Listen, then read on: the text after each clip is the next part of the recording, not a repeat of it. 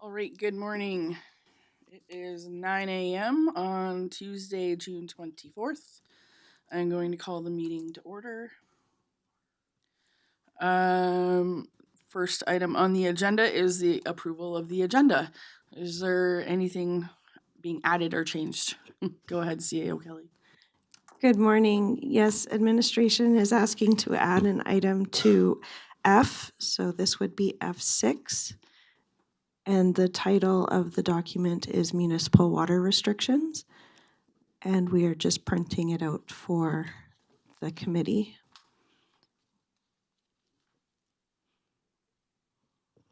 Thank you. So I guess the pages will be added to the agenda when it becomes minutes. They'll be added to the minutes as a schedule. Okay, thank you. Anything else?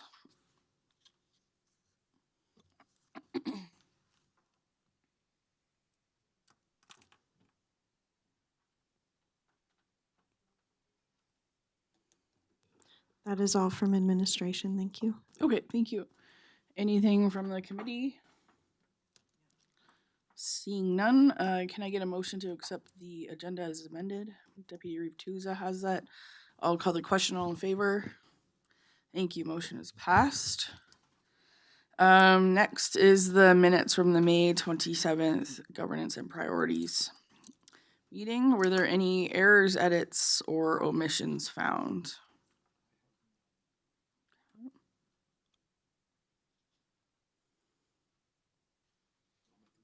Sure. Councillor Fitzmaurice has the motion to approve the minutes. Any further discussion? Seeing none, I'll call the question. All in favor? Thank you. Motion is passed. No business arising from the minutes or the notes. And we are moving on to item D1, Council Compensation Committee Final Report, page 7 of the agenda package. CAO Kelly, please do your introduction. Thank you. This presentation is regarding the Council Compensation Committee's final report. This morning we have Tyler Downey and Leslie Bannister joining us for presenting the findings. Leslie was co-chair, vice chair, deputy chair of the committee. So she's here to present the committee's findings. Tyler is with Strategic Steps and he can support any questions that Leslie and myself are unable to answer. All right, can you hear me okay, Tyler? Okay, perfect. So this is second and final time, I hope, presenting our findings, but I really do appreciate having to go back and look at a few things. I hope everyone's had a chance to review the report, and happy to answer any questions. I wanted to just briefly run through at the last presentation, there were some confusion around the total compensation calculation. So we've really broken that out, working with Strategic Steps and administration. We were able to get a much better breakdown on the inclusions to provide that baseline for comparison. Please note that the base salaries include the 2025 base salaries, and the meeting stipend amounts fluctuate, but were calculated based on the 2024 meeting data that was available. We've also broken down the chart to say what was included. I think there was a lot of vague terms in our previous charting, so that's just very crystal clear on what's included within total compensation. Any questions on total compensation at this point? Okay, perfect. We also wanted to, at the last presentation, we were directed to review what was included and what meetings were included in the policy as stipend eligible versus non-stipend eligible meetings, and what was included in the base salary. At this time, the committee does not recommend changing any of the policy directives. So all of the meetings that are stipend eligible meetings remain the same. And the meetings or what's included in the base salary also remains the same. We've got a question for you here. Go ahead. So I did have a question about that. On page 10, it talks about the policy F11. And when I pulled up policy F11, it is not, what I see here on page 10 is not accurate to what I see in policy F11. So I think there needs to be some discussion. I do like some of the stuff you've identified here, and I think it should fall under F11, but it is not identified in F11. I've highlighted all the things that I had issues with, but I don't know if that's for a discussion here today or another time. I had this exact same comment, so maybe if you want to highlight what you had. I'm just trying to pull up the policy, but of course my internet doesn't work in the office, so. Sure. Would it be helpful to bring up policy F11?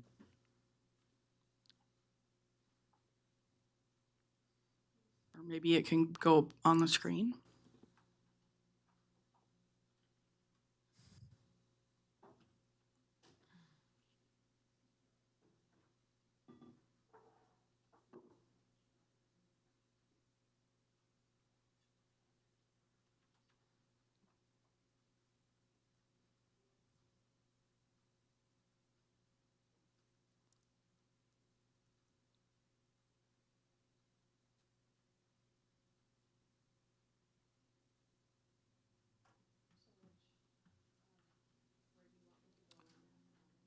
If you can bring up the BODA first.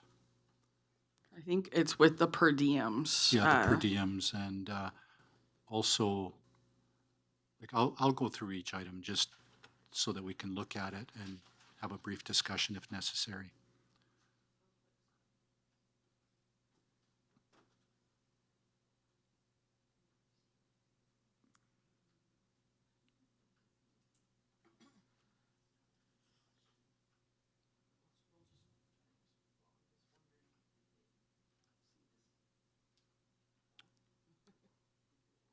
Well, if they had it in the report, they should have seen it, so. And there would have been discussion about it. I just wondered if,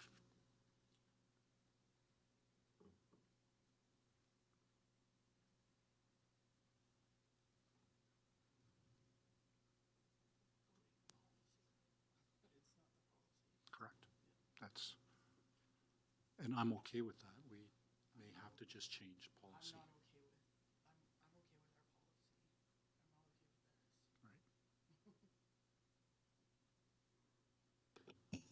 Through the chair to Deputy Reeve and Reeve, this at the end of the day will become council's policy. Edits and amendments are acceptable to be made. I suggest we allow the Ms. Bannister to continue the presentation. We can go through the questions and we can note amendments that need to be done. This would be revising or rescinding and having a policy replacing once we bring it to council from administration. So we can note edits that you would like to see for the version that comes to council for council adoption and then go forward from there. There will be things that you may want to see changed. The essence is the committee's recommendation pertaining to the compensation for councilors and for the Reeve, and then we can move forward from there. And edits such as what's incorporated into what the base remuneration includes and doesn't include, those can all be captured, and then we would bring in a fully amended policy forward from administration for council approval. Sounds good. I just didn't know where we were going to have that conversation, but we needed to have it because of the discrepancies. But I do think it's important to recognize that the committees was only reviewing what was included or excluded from a meeting component. We were not tasked with reviewing the policy. That was very clear. So all I was going to draw everyone's attention to is what is included. They should mirror each other because there's no because that was the intent. So is that it was these, we did request from administration what meetings were currently included and excluded. and we reviewed those meeting requirements. So that's the only note that we were reviewing, was what was included or excluded for base salary meetings and So duties. were you given the policy or were you just told what was included? I believe, and I don't want to throw stones, but I believe we were just provided what was included or excluded as a part of a PowerPoint presentation. Strategic Steps was provided a copy of the policy. Okay, because yeah, somewhere along the lines, and like we talked about this at our last meeting about how inconsistent this was from the policy, and that was a big reason why we asked to have this reviewed, because it was clear that the policy wasn't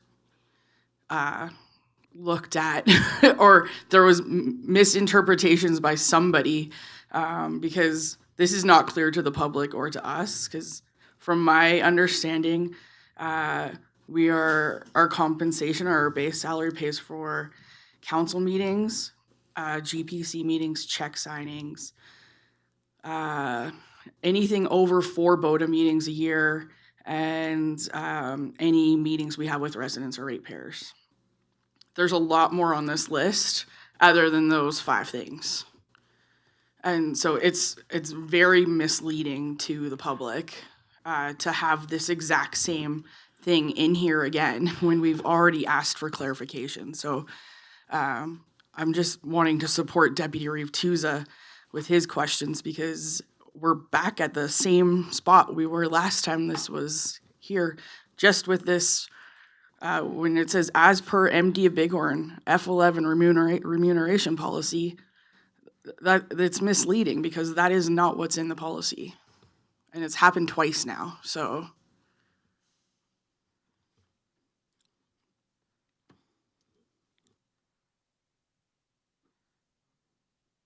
Go ahead, Councillor James. Yes, I see what you're saying, and I think that that's very valuable, Reeve. I actually thought it was not in the package printed. I didn't, I thought it was not printed in the package to prevent that confusion. But you are right in the way that it is stated here, but that was why I didn't think we were reviewing it in this package, but I go by a hard copy. I don't go by following links, so I may not have gotten directed to it. Oh, I thought you said that it says, does it say in here that as Yeah, per? It says right in the But it package. doesn't give us a link? Okay. No. It does imply, I agree, but it was not any more available to me in this as it was to the committee, the Council Compensation Committee themselves. It was provided to Strategic Steps, but I found it more clear not having that, because from our last discussion, it is certainly an element that needs to get sorted out, and we need to be in alignment. Mm-hmm. Yeah. So, through the chair to the committee, on page 4 of the report, where it says current policy inclusions, from this list, starting with BOTA, it should be in excess of 4 meetings should be added. Check signing duties remain. Council orientation remains. I don't think Nope, council orientation is nope. included. It's not. The council orientation line gets struck.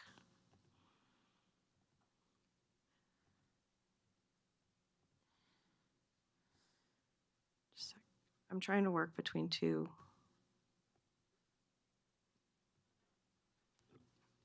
I can help you out because I've got them highlighted as well. So that one, the 3rd bullet gets struck. The electoral meetings remains. My computer just died on me. Governance and priority committee meetings replaces where the policy says finance and economic development. Budget remains. but audit should be struck. Audit should be struck. But I think in the new policy, if we rewrite the policy, it should be included. Regular meetings with the CAO is not on that list, although it's generally included. Regular, special, and organizational meetings remains, and Special is not one. oh, sorry, regular and organizational meetings of council. And then RMA is not on that list.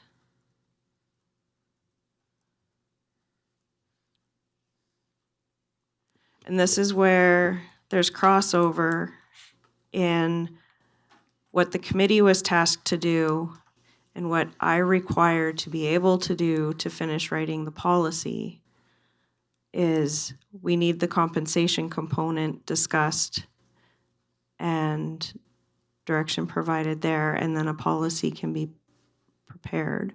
Or we have the discussion based on the report that we have today, which allows me to write the final policy that can come forward. One way or another, we need to decide on how the compensation is going to look to be able to tackle rewriting a policy. The committee was not tasked to rewrite the policy. That's my job. And I totally understand that. I guess I'm expressing disappointment with our consulting team because they obviously didn't catch this the second time and it was already brought up. So this was a time to bring forward what we were hoping to bring to the council meeting. So it's just one of those things where as council, this is a major priority for us, and we were expecting to see something a little more polished. And we've hired a firm, and we've spent great money on them. And we've had a committee of public members also participating in this, and it's likely frustrating for them to hear that this was missed again by the consulting team if they have nothing to do with this. So I don't mean to interrupt your presentation, Leslie, but this is not on you at all. It's just a frustration that is being felt again for the exact same way for the second time. So I'm gonna end this discussion here, and we'll just have to polish it ourselves, and we'll continue the presentation. I do want to echo the frustration, but also to say that ultimately the committee thought what we were presented was fair and really opted just not to change anything. I don't want to speak for the committee as we haven't reviewed all of the inclusions or exclusions as per the policy clearly. But the intent was that we simply just didn't want to change. There was a component of reviewing whether meetings that held an amount of advocacy on behalf of the MD should be included. That was a part of the conversation, but ultimately we just determined not to change anything. So based on the information we were provided, I think as you're reviewing the policy, understand that the committee just was looking at the status quo and not wanting to disrupt or the actual policy rewrite. Thank you, I appreciate that. Is there any other questions about this before we move on? Go ahead, CAO Kelly. This falls on me.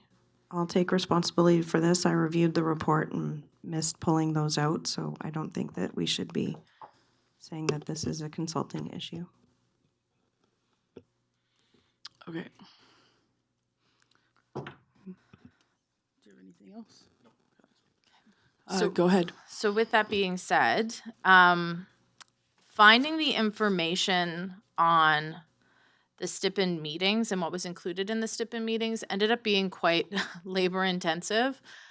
So I would say as you're reviewing the policy and for future council compensation, making sure that we have a really easy way of calculating how many meetings each counselor and the REEV is attending would be ideal as we move forward, because that was certainly something that delayed the process considerably, trying to get the right information. We had to work really hard with administration and the consulting team to kind of get those numbers corrected. So it would be something that I would recommend so that we can do this work again. And that throughout the analysis, we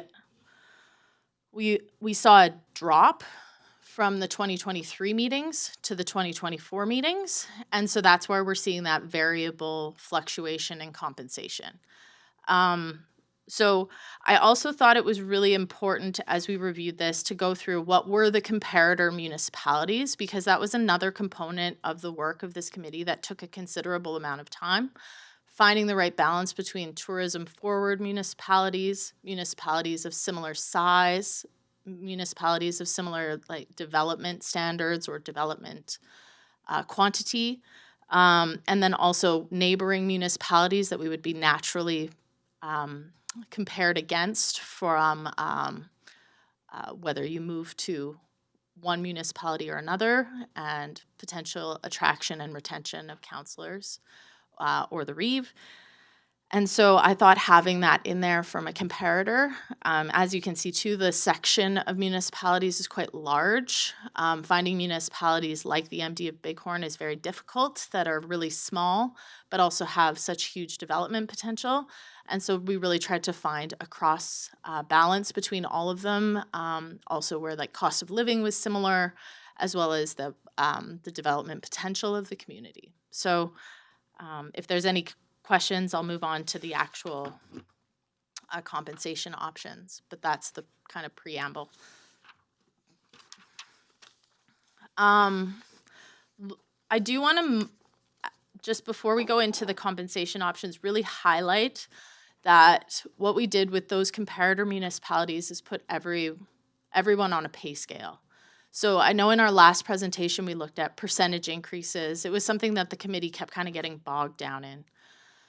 Knowing that we wanted to see an increase in compensation, but trying to land on how to capture that. This last meeting, based on the feedback we received from the committee, was how do we put everyone onto the right pay scale? Because highlighting it as a percentage increase actually further skewed where the REEV or council landed within the pay scale, and trying to land on what that compensation should look like. So we've kind of removed that language around the percentage increases, except for the first option, which is a COLA and stipend increase. So we've really highlighted that we really wanted to go back to that pay scale. So that's why you'll see that diagram on each page of the report, is because we really wanted to highlight kind of within that directionality on that pay scale, where is everyone hitting within the first, second, third, or fourth quartile. And that, to really be clear, the only municipalities only the comparator municipalities are included in that pay scale. So it's only those ones. It's not a broad spectrum of the entire province or anything. Going through the compensation options, it was also very clear at the last meeting that we wanted to have a whole bunch of different options for this committee to review. There wasn't necessarily consensus around this table, nor was there necessarily consensus around my table. So we wanted to make sure that there was a whole host of options. But further, we also wanted to make sure that a lot of the work on building those comparator municipalities, building a host of recommendations, making sure that everyone was on the pay scale, that regardless of the recommendations from this committee to council, that the work, a lot of the large heavy lifting of the work is done, so that if you wanted to look, not all compensation can be done in one day or 1 year. If you wanted to reopen this in the future, that a lot of the heavy lifting's already been done, and that the next committee meeting can be a lot, I hope, a lot more streamlined as the information is more readily available. So going into the compensation options, the Council Compensation Committee was unanimous in recommending that the stipend amount be increased to $220 a meeting. So each option includes that stipend increase. Then we have 7 options in total, and I'm happy to walk through each one of those options with you. So the first one, was just a simple cost of living adjustment as well as the stipend adjustment. We are using the same current total compensation number, so that's highlighted, I believe, in page 3, that goes through. So if there's any questions, I've just kind of pulled that number out and used that number. So, and then the base salary increase as well as the stipend increase landing on the the final total compensation.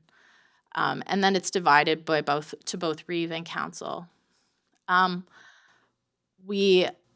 committee did not recommend this option, but as you can see, and I highlight this one because if you look at the two options within the pay scale, with just a percentage increase, the Reeve ends up remaining in the first quartile, where council remains in the second quartile.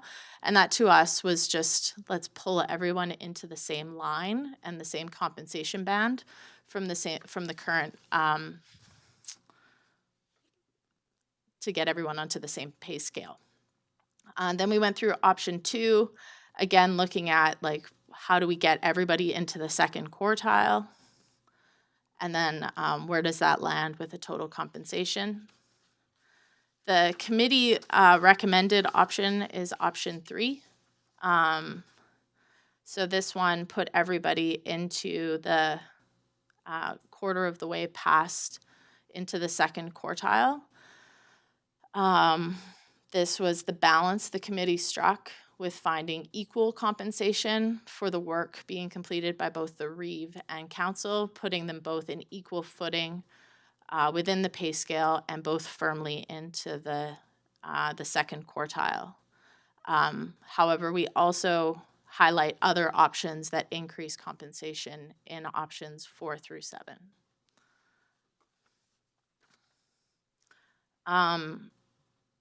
Again, option 4 is that further bump going a third of the way across the quarter 2. Option 5 is putting that halfway across the second quartile. And option 6 is putting it at the comparator median, which is where one of the counselors had recommended we wanted to be at that mid-range. One of the options I really wanted to include was around option 7, knowing that council had completed a review of the administrative of administration at the MD at Bighorn and had landed on a philosophy of median income plus 5%. And so I also wanted to include that for council and the Reeve. Happy to answer any questions on any of the different recommendations. Obviously, these are, of course, still just recommendations and options for this committee to review, as well as what was voted through consensus at option 3 from the Council Compensation Committee. Thank you. Are there any questions? I guess our council meeting is the place for debate. So questions around the presentation and what we want to see included when we do bring this forward to council. Go ahead. Just a comment from myself. I liked the way this one was presented. I found it way easier to understand, and I think it portrayed a fairness that didn't show up in the other report. So I enjoyed reading this report. Yeah, Tyler and I worked really hard at making sure that this report was very easy to read. I was much more engaged in the review and writing process of this report, knowing that what I think from conversations with council members on what you'd like to see and based on the findings. So I appreciate that feedback. Thank you. Any further questions? Go ahead. Yes, thank you very much. I did also find that this one was easier for me to work through processes of analysis, of my own analysis to understand where things came from, and I'm very comfortable with the recommendation. I believe this recommendation is even a little bit more than the recommendation from the last meeting. So but it's still within that threshold of comfort for me. I found it very easy and clear to kind of look at what these goals are. My only kind of question, or not question or concern, rose from the comparators in their population. Was I understand there's not a lot in of comparators of size, and certainly geographical map, yet we only manage 5% of this huge map piece that we have that is ours, privately held. So there are quite a few, I think,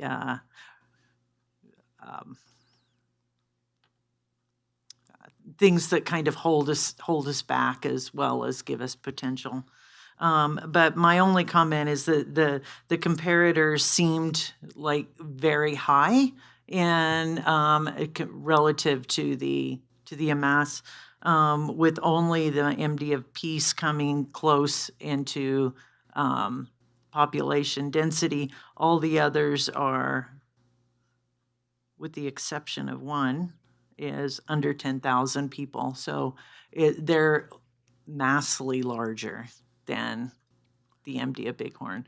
And I am kind of curious, what was the criteria used for development potential? How did you analyze development potential? Well, we looked at, I gotta say, a lot of the municipalities were chosen like based on the knowledge of the committee. So not necessarily based on like us looking at different charts or any of those sorts of things. We knew summaries of the different municipalities, as well as each having our own knowledge of the different municipalities. For instance, like, we wanted to retain all the neighboring municipalities because those are the immediate comparators for compensation, regardless of size. They're going to be a factor in attracting and retaining council, as well as the Reeve and staff in general, if you're looking at like different potential for attracting and retaining people to live in the community. So we wanted to make sure that we were including the town of Cochrane, town of Banff, and the town of Canmore, and then looking at the rural municipalities that were immediately surrounding us. We wanted to make sure that we ensured that we were including Rocky View County and Mountain View County. Then we wanted to look at ones that border onto recreational opportunities with similar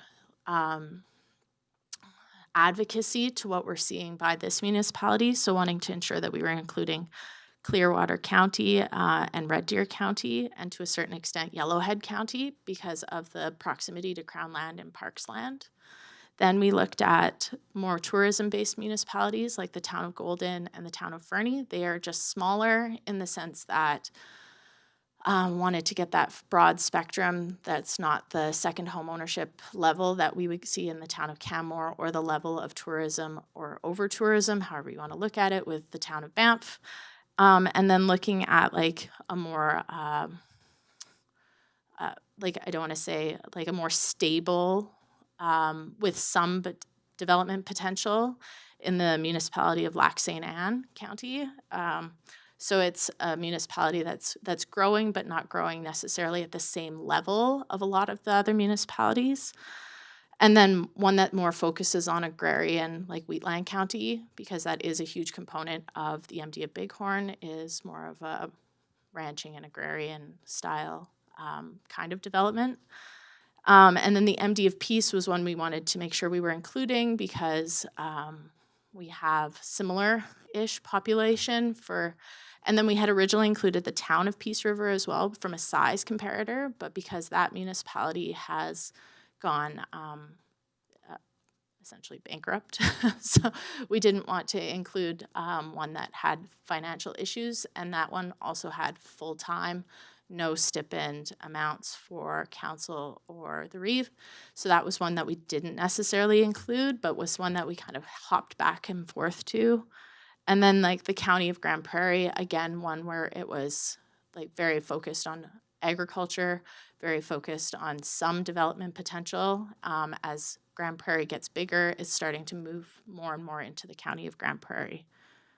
And then the MD of Foothills was one. Again, we tried to really focus on rural municipalities. And like I said, there's not a lot that are similar to the MD of Bighorn, especially in Alberta. But the Foothills County has a lower population in comparison to most of the rural municipalities. It hits a lot of the same cost of living that we're seeing across the MD, as well as having a collection of hamlets that reside within the county. So I just want to say that because we're pretty thoughtful about how it was, but there are no municipalities that have the size as well as the lower population that the MD of Bighorn has. But it's that proximity to those larger urban centers and then having those urban centers pocketed within the municipality that we were really looking for. Thank you. That was a great summary for you to go through for it with us. I was just curious, in our last conversation, we'd also talked about how some of the councils that were we were being compared to had also gone through remuneration review.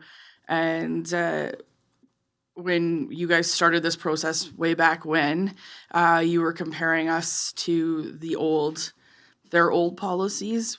Is that still what happened, or is this including their updated policies? I would have to ask Tyler to Okay. clarify that on each one of the policies. Yeah, so this is their most up-to-date data. This is their latest. So as of, I guess, 2025, whatever they had is included in this analysis. Okay, perfect. And then the last time, so I understand, the last time we did this, it was whatever they were at in 2022, possibly, or 2023, when we started this. It was 23 originally. Yeah. That was the latest data available when we had done the report the first time. Okay, perfect. Thank you.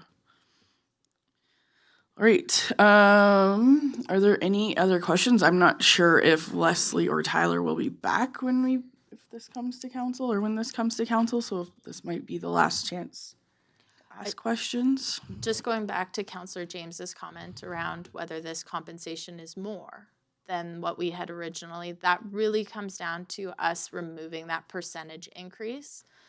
It wasn't until we really placed everyone into the current compensation bands for 2025, looking at the current meetings in the sense of 2024 and putting everything onto a pay scale, that we were able to really determine that percentages really did not serve the recommendations of this committee. And we would recommend that direction being given to any future council compensation is really to look at the pay scale. If you wanted to, whether you want to include these municipalities or validate those municipalities again, but to really take it back to the pay scale, because a percentage increase doesn't quite fit the bill when it comes to providing a compensation review. We were trying to be equitable between Reeve and council, but realistically it was about pulling them into alignment to create equity. And so I think that that's really where that landed. So we are seeing that compensation higher than our previous recommended amount, but that's really to just pull the Reeve and council into the same line from the comparator municipalities, so that future work around compensation, if it's increased or decreased, still remains in alignment, so that you're not seeing one member of council being compensated less than other members of council in comparison. Thank you. Is there any other questions? I did have one more question, or I guess it's a comment, and I'm not sure how to get my head or how to help council think about this, but just when we look at current total compensation, or just final total compensation, those numbers are with the assumptions that people will be going to the same average number of extra meetings and accumulating per diems per year. And that's where the trouble lands. Yeah. And that's why we really wanted to focus on the stipend increase, because even if someone is elected to Reeve and then chooses not to attend 60% of the meetings that the current Reeve attends, they will not be compensated at the same level. Right. And that's where the stipend increase becomes, and having those stipend eligible meetings reviewed and included in the policy is critical for this work to occur, to understand total compensation, because those meetings then feed into whomever is doing the work is getting the compensation. And that was something that was very important to the committee, was to compensate based on active involvement in the work of council. So that is not a fixed amount. Only the base salaries are that fixed number. And then the stipend amount is really where we see that potential review. One of the things I see omitted from the total compensation, if I may, is around professional development. I don't see a line within current compensation that I would recommend to include in a policy review, because that is a mechanism that we see in most of the other compensation. Again, not really in my purview with this committee, but it is something that, as we were reviewing the data, that's included in most of the other, or many of the other municipalities, is around capacity for professional development, and including that in total compensation, which again is very difficult to measure. Yeah, that's a great point. Thank you for that. I know just personally, when back a few years ago when I was on a counselor, and not the Reeve, went to go get a car loan. And with this being my primary job, because I can only get a letter of employment per se, that was only eligible for the remaining part of my term. And then you're only making 30 or whatever it was as a counselor, was it 31 or 29 or 28 at that point, you become ineligible to even get a car loan. So that is something when I start looking at how can we make this position and this type of service more available to the general public, trying to figure out how, and I don't even know if that's like a letter of employment that can be changed, or this is what their base pay is, this is what they usually get paid as a per diem, but trying to figure out ways to help support people so that this is compensating people fairly, so that it is appealing, because it is a really great position to hold, and it's a great opportunity to provide service to your community. But I do hear from people that have expressed interest in council to me that it just doesn't pay enough. So, and that's really the bottom line when you live in one of the most expensive places in Alberta. So, yeah, and I don't know if you came across anything else like that when you were looking at comparators and how. I don't even know what that question is in there, but it's just more that type of concern. Yeah, I think there was a lot of philosophical debate around what the compensation should be, around base salary versus stipend amounts. And then I'm looking at our chart, and I think it may be helpful, and this is something that Tyler and I can supply, but to say within, say, our recommended option to actually, right now we have the current total compensation amount, but we don't say what the total base salary amount would be within the chart, and that may be helpful to review. just to have that data in one sheet so that if you're looking, say, at option 3, our recommended one, that you can say, instead of it's $15,000 more, but we can, that the total base compensation, sorry, I'm just trying to find the amount, would be like 38,000 plus the 15,000. So that Okay. just helps you to understand where, so that's just to have it maybe in one chart might be Yeah. helpful, but just to say that that then goes closer towards what you're talking about within this this better level or more equitable level of compensation. Yeah. Yeah, I think that would be helpful. I know for me, like it was just one of those moments where one of my other part-time jobs was actually what was used on my loan application, and my job as counselor wasn't even considered. And it's just like, but that's where my heart is, and that's where that's my primary role. But it wasn't able to. Yeah, it wasn't helpful. It didn't. It's was something that just stood out to me that I've got. I come from I guess a position of privilege, and I'm married, and my husband supports me financially as well. So I have that to help me, but I don't.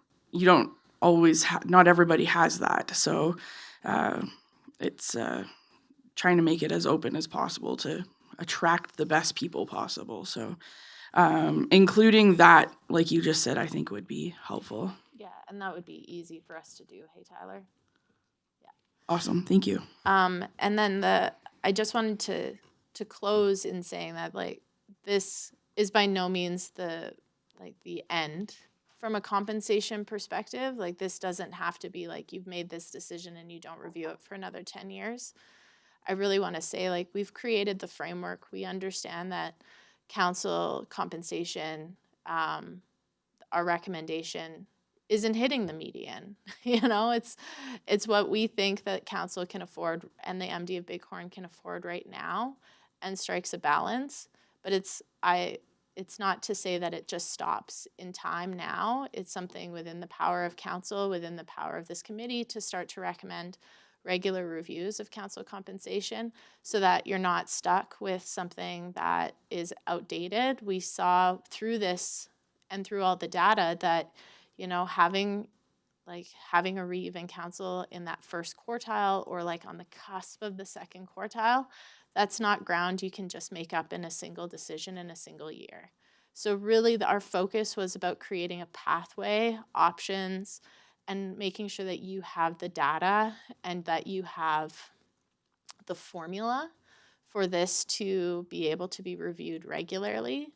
And so if you're seeing that the MD is sliding from a compensation perspective or attracting and retaining strong members of council in the Reeve, then the work here is, like the base work is done for you to re-engage a committee and to re-engage the community to come back to this.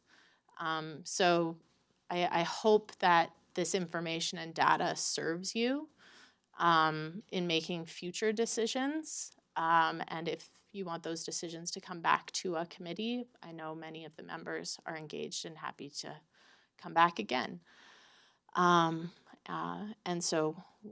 But really the focus was on making sure we had a decision or recommendation to council that was fitting the need currently and starting to move in the right trajectory.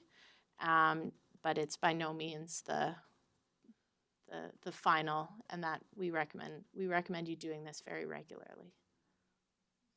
Thank you. And one final question. Do you think option 3 would attract more people to run for council in the MD? I certainly think it's a start in the right direction. I think, compensation is only a small component of why people run for, but it's an important component. I think, I think many among you didn't even really look at compensation probably when you decided to run. It wasn't something that really factored into your decision making. But once you're in it, it's what maybe makes the decision for you to not run again. Because it's like, why am I doing this for this amount of money? Like, nobody appreciates me. And that just becomes a whole other component of how these things get decided. I really hope that everyone here sees that the committee saw value in the work that you're doing and wants to start to build that into a more equitable compensation that further increases the pay scale and further builds council and the Reeve across that band, and then also pulls the work of the Reeve in line with council, so it's not like a short straw when you are elected by your counterparts to take that position of Reeve. You know, we really want those positions to be something that people see value in, and that you're not, it's not just more work for the same amount of money. And so really for us, that was the critical piece, was pulling the workload and the compensation for workload in alignment, and then better decisions can be made at the council table on who takes that position of Reeve and how that division of workload is divided from both committee work and public work, and who wants to be the deputy Reeve, and all of those things. Like, there's ways of managing but I think this sets you on the right track. Does it fix all the problems and fix compensation completely? Absolutely not. I think it just gets you guys going into the right pattern to get to, personally, my goal would be a median review. But can you do that all in 1 year? Maybe not, and maybe that's something that takes time. But I think you have a pathway now to get compensation to be comparable to your comparator municipalities, and a pathway of documentation and data analysis that hopefully puts you on the right track to getting there over time. Yeah, very well said. Thank you very much. Are there any other questions for Leslie? Thank you so much for bringing this back to our committee, and thank you very much to your board or your committee as well. If you can please pass our gratitude off to them. I know there was a lot of digging to do because we haven't ever really reviewed this since 1988. There's been COLA adjustments and adjustments due to different tax rates and stuff, but to have this base, like you said, to start building off of, and it just makes it that much easier to pick up where we've left off the next time this is done. And I do hope probably for administration to hear that as we do review this policy, it probably would be good to put in our policy that it gets reviewed in the third year of every term, so that it's just something that is perpetually coming back and being looked at, because we need to stay current. So Completely agree. And I think, like, I know this isn't my place, but to say, like, from a policy perspective, things that you can look at are, are there municipalities we missed that you wanted to include in your comparator municipalities? Do you want to set those municipalities? Do you want them to just be arbitrary at the whim of the committee? Any will do. I just did my best. We did our best to kind of find ones that worked within our municipality. But if there are recommendations, really reviewing the amount of meetings, and then having a back check, keeping a log of, as council members and as Reeve, of all of the meetings that you go to. If you're looking at duration of meetings, keeping a log of those meetings, because that information was impossible for us to find. So we did review half-day stipends versus full-day stipends, but we had no data on which meetings would be half-day or full-day. If we had that data, we could make a better decision on that. And really providing us with that information, or directing administration to start gathering that information, is super helpful, so that the third year of each term, the council compensation committee can probably meet for 3 or 4 meetings and come up with a recommendation very quickly, rather than it being a year and a half of work. Because really finding that data was incredibly challenging. So I think that I guess to support this committee, I implore you to keep really good records and to keep those records current with administration so that we can pull that information really quickly. And then that way we can find that equitable compensation band that really works for the work that's being completed by council and the REEF. All right, I like that suggestion too. Um, Thank you very much. And Tyler, did you have your hand up? Go ahead, please. No, just to say thanks very much. Nice to see you all again, and take care with the rest of your meeting. Yeah, thank you, Tyler, to you and your team as well for being on the long haul here with this project and hopefully getting us through to a finish line here at a future council meeting. So thank you very much. My pleasure. And I think we need a motion here to bring this forward to a future council meeting. I'll make the motion to bring the council compensation to the next council meeting or future council meeting. Thank you very much. Any further discussion? Seeing none, I'll call the question. All in favor? Thank you. Motion has passed. Moving on to item F1 under new business, Bear and Pear Production Donation Fund, page 23. Go ahead, CEO Kelly. Thank you. For the Bear and Pear Production donation presentation, I would like to introduce Director of Corporate and Community Services, Linda Gale. Good morning. The Community Services Coordinator is on vacation this week, so I'm going to help present this report.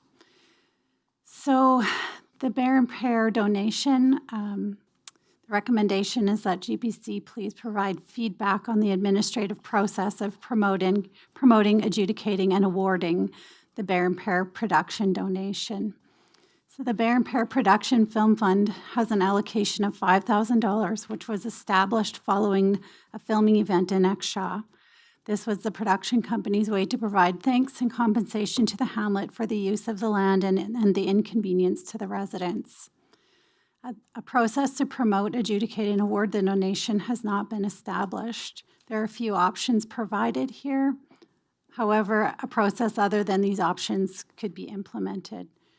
The reason this is coming because at a previous meeting, an application had been made towards the fund, and there was discussion from council about how to award these funds. So the Community Services Coordinator is looking for your input as to how he can help, award these monies when an application comes forward. So he has clear information from your table. So he has provided a few options. One is to award it as the applications arrive, sort of on a first come, first served basis.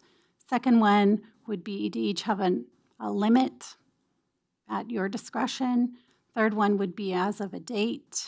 But obviously all options are open. I realize Exshaw Councillor is away from this meeting today. So, but yeah, he's just looking for input and guidance on how to administer these funds. That original application was withdrawn, so there isn't one in front of him right now, but looking to have the discussion. Thank you. Thank you.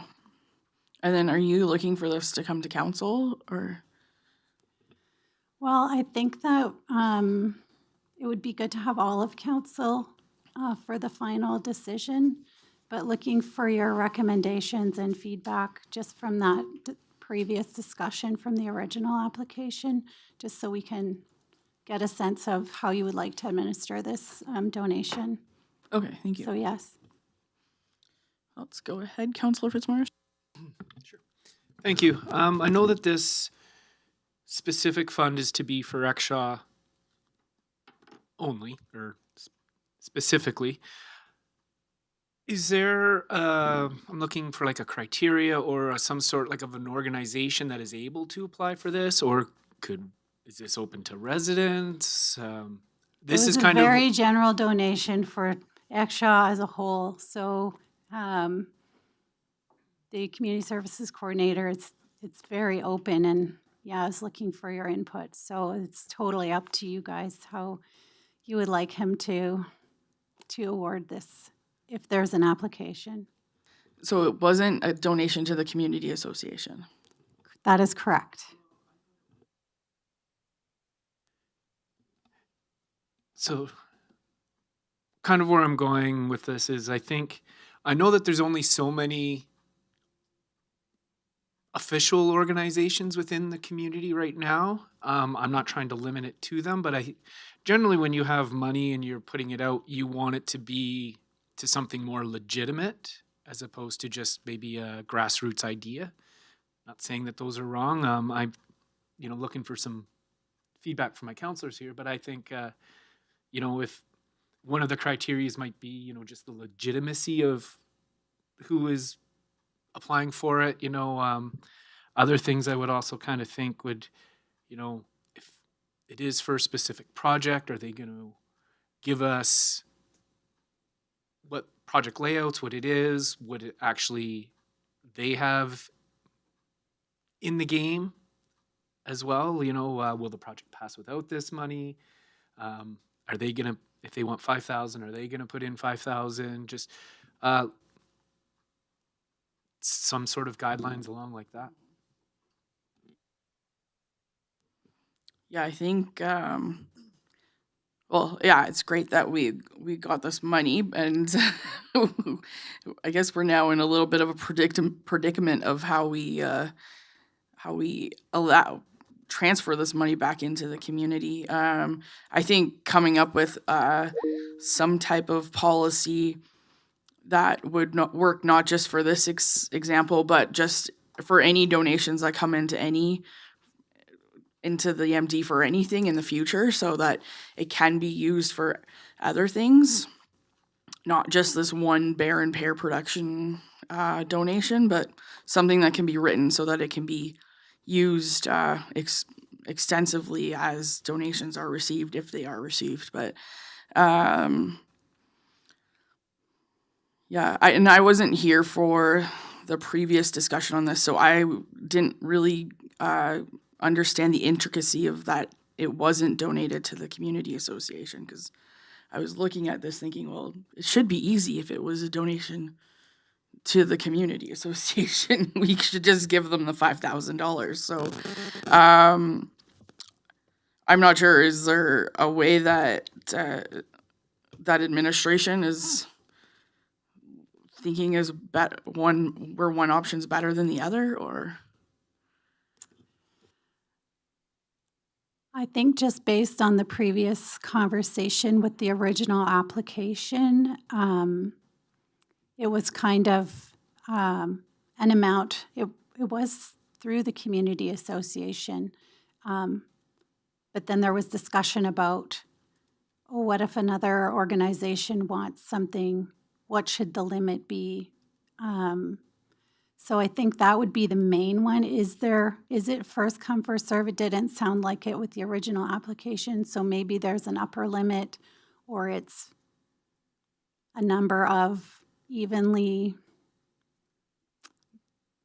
divided into 5 or 2, or I can't say, but the first come, first serve didn't seem to sit right with the committee. So, and those, the project was outlined with the costs associated. So, so that was provided, and the community services coordinator is happy to request that, of course.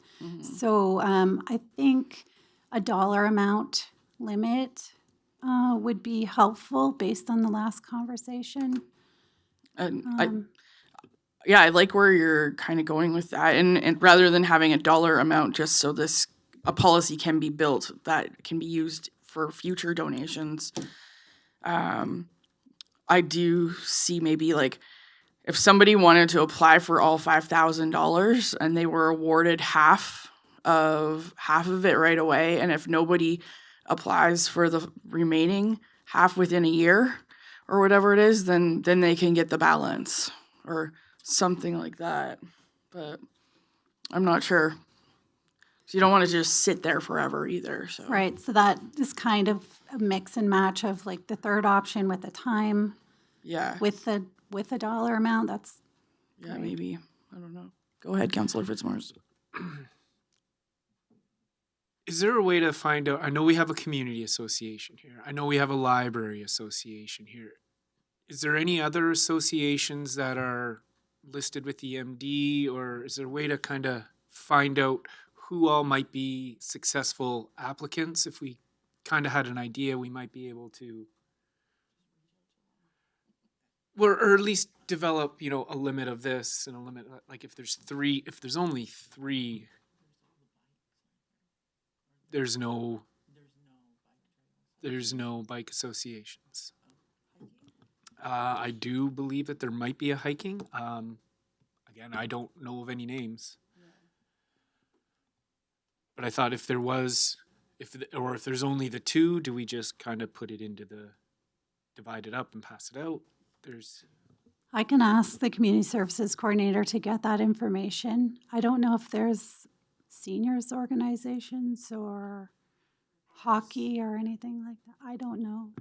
I know there's Exshaw a, used to have yeah. a seniors organization with the community hall. They have now disbanded. So that group is no longer around.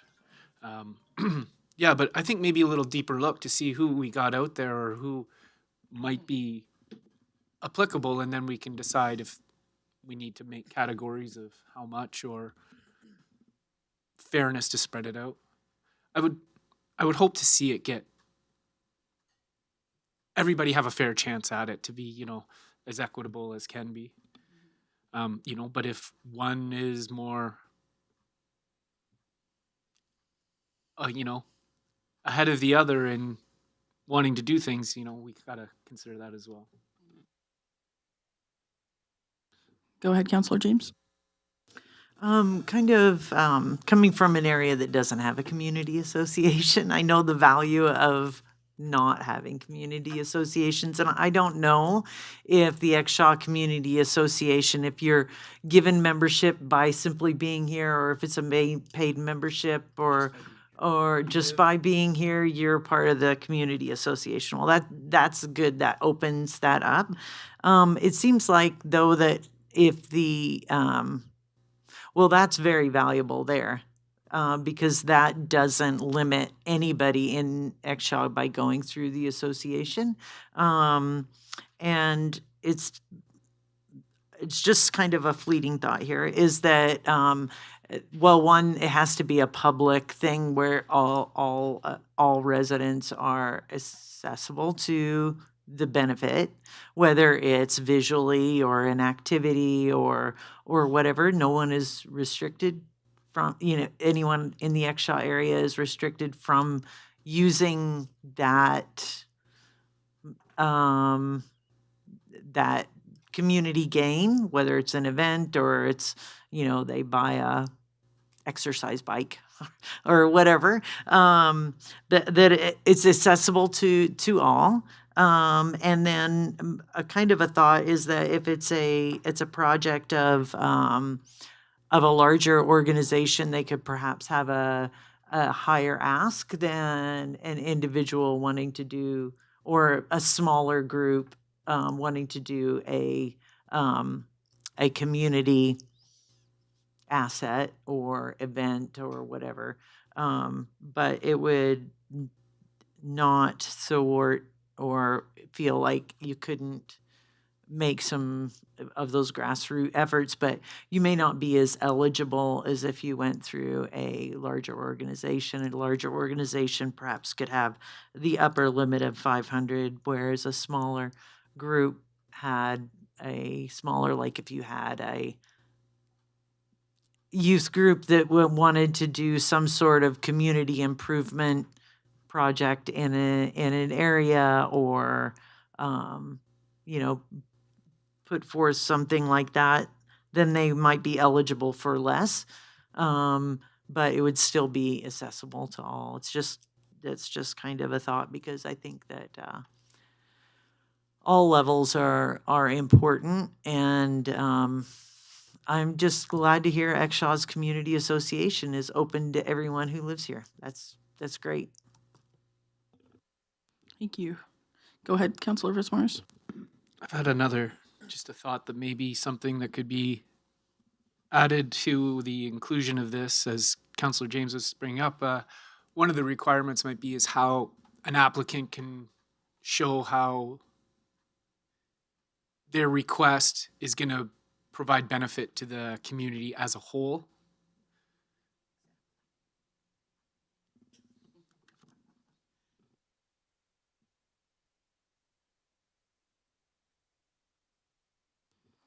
Any comments?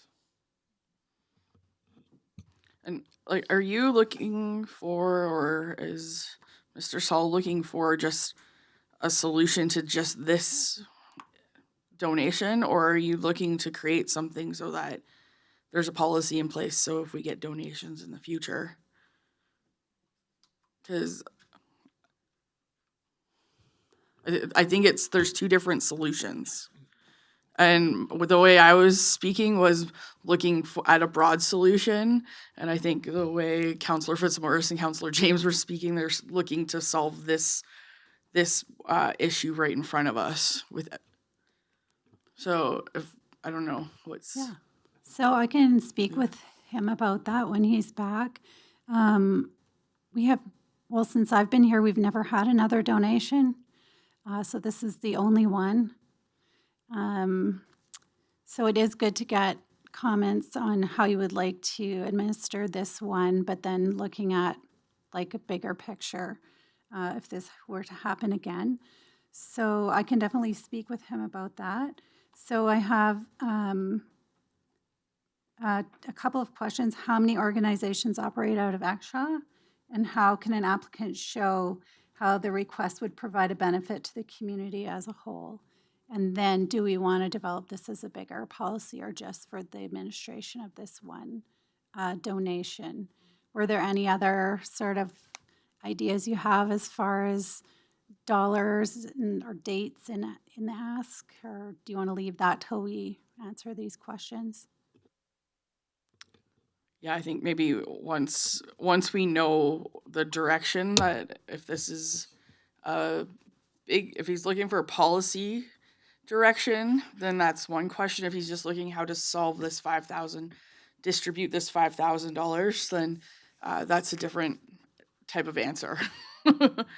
And I think they're both good conversations to have. And maybe we work with just this $5,000 donation right away so that it's available to the community, and building a policy based off of the experience of this donation to bring us into the future might be something good to do if that is not what he's looking for at this moment. But go ahead, Deputy Reeve. I do have a question about legality. Is there anything in the MGA that says municipalities should not receive donations from corporations? No, we do have a policy that we can receive donations. We implemented that at the time of this donation on the fly because we've never received one before. So we do have a policy and it is allowed. Thank you. I'm just wondering if it caused a bit of a headache and maybe we shouldn't be receiving donations from corporations. Well, think about where you work out every day. Spray Lake sawmills, things like that wouldn't exist in a lot of communities without those types of corporate donations to support.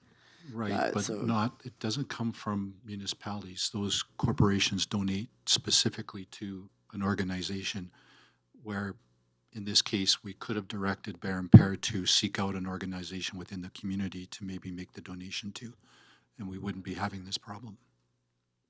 That's fair, yeah. There are other types of donations too. If there was equipment that was donated, et cetera, so that's covered in our donation policy too. So I understand, and we're learning this together. So as far as administering this particular donation, did you have any more thoughts about dollar amounts or dates, or you want to wait till the community services coordinator? Okay, Yeah, like if we'll it, bring it back. if it comes back that there's two registered societies or organizations, then I'll make it maybe our easier. policy or what we do is we reach out to both of those and see if they've got any applications coming up. If one of them does and one of them doesn't, we award the grant to the person that or the organization that applies for the $5,000. So that I think that could be a very simple way to do it. But Great, yeah. thank you for that information, and we'll probably bring it back to August, Okay. GBC. Yeah, thank you. Thank you. So no motion coming from this, just a discussion. Okay, thank you.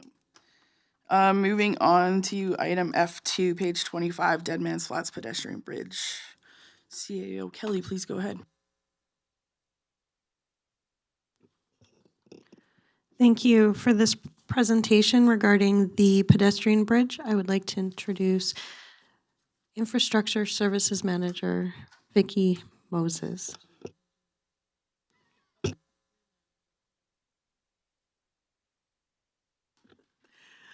Good morning and thank you. So this report is regarding Dead Man's Flats pedestrian bridge. It's an update on the capital project. In the 2023 budget, the development of a new pedestrian crossing over Pigeon Creek in Dead Man's Flats was identified as a capital project. In July 2023, Council directed administration to instead use the budgeted money to complete a Trails Master Plan for the MD. Administration began work on the Trails Master Plan in fall 2023. In the 2024 budget, a new pedestrian crossing was again identified as a capital project. Administration did not proceed with the project in 2024 as the Trails Master Plan was underway, and one of the goals of the Trails Master Plan was to provide recommendations specifically on this potential bridge project. Therefore, the project was carried over to 2025. Administration has been waiting for a finalization of the Trails Master Plan before beginning this project, so no work has been completed to date. In total, $275,000 was allocated to the project, and $75,000 of that was allocated to the Trails Master Plan. The Trails Master Plan has now been completed, and the final report was accepted at the May 2025 Council meeting. The report recommends the development of a comprehensive trail network in Dead Man's Flats.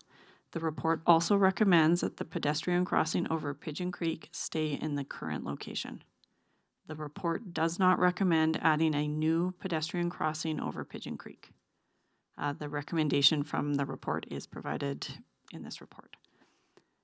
In fall 2024, administration applied to the Strategic Transportation Infrastructure Program for funding for the pedestrian bridge project.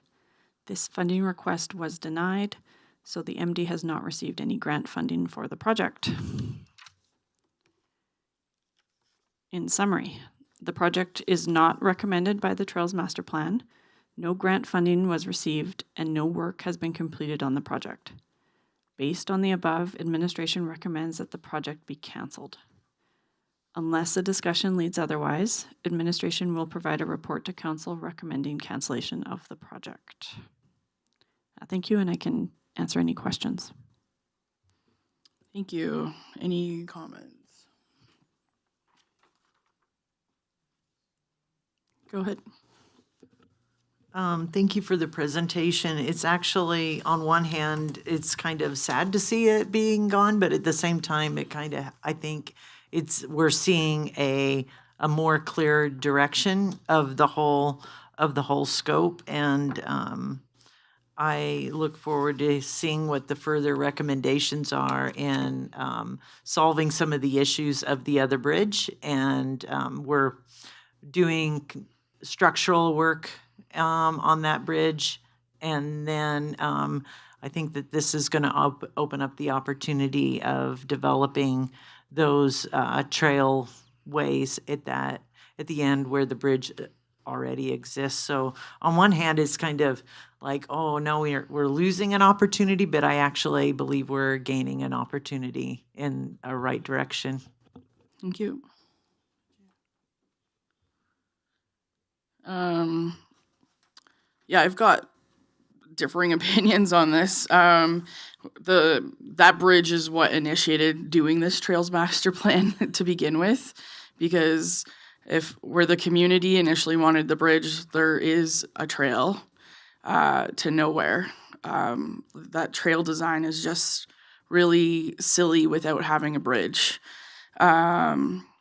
So that's part of the issue. But then, and I was certainly open to doing this trail master plan because that was part of the question. If we just left the bridge where it was, that could be awesome, but it's not awesome because where it is flooding and it's eroding and it's not useful to very many people. You can't get over it with a bicycle or with a stroller. So I'd hate to just say cancel this project without saying, can those funds be transferred to making this bridge more accessible, and then like start using those funds that were already approved to improve the connectivity of the community to upgrade this area so the bridge can actually be used to its full potential. Because the recommendation says a crossing of Pigeon Creek is required, and it's recommended to stay in its current location with upgrades to the trail leading to the bridge. So if you don't do those upgrades, this bridge is still fairly useless. So I'm not comfortable with canceling it unless there's a subsequent suggestion to be brought forward suggesting that trail is focused on so that the bridge becomes useful again. Because if the trails never actually exist, then that bridge we might as well take it out, and the community would still like to have a functional bridge.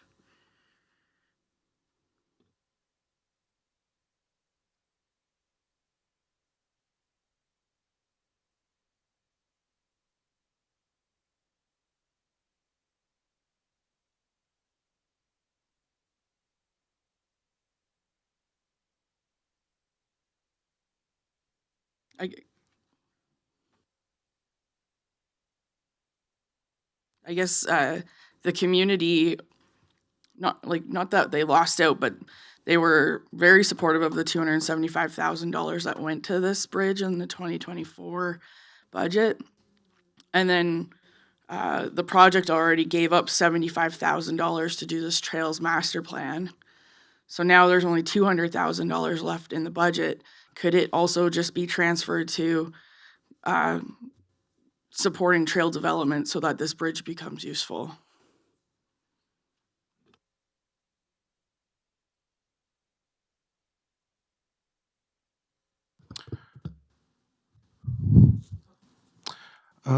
If I could step in, there's two discussions here. So we did have an approved budget for $275,000. It was based on receiving grant funding, 100% grant funding. We did not receive that grant funding, so we can't proceed with the project as is because it's not funded. The second discussion is moving forward with the Trail Master Plan and other improvements that we could take on in the future, and we could have that as part of our budget discussions.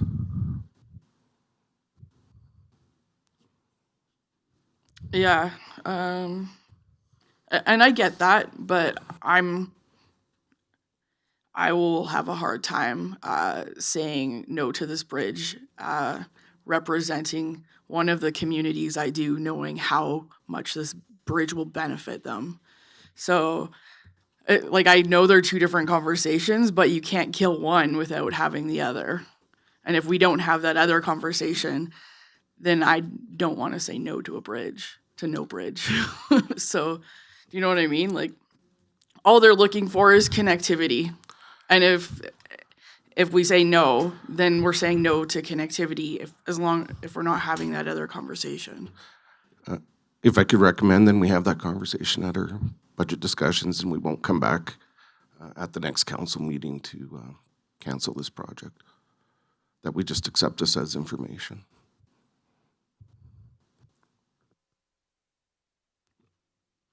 I'm fine with that. It doesn't sound like it's going anywhere. I just don't want it to go away until we know what the next step is.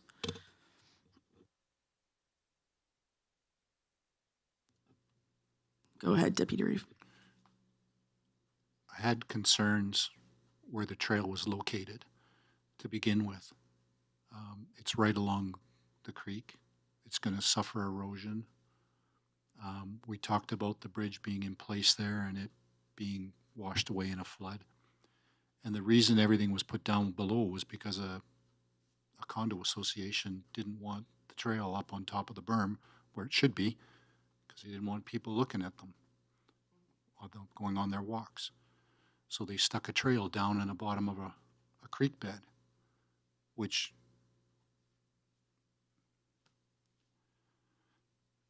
didn't make sense to me, other than appeasing a condo board.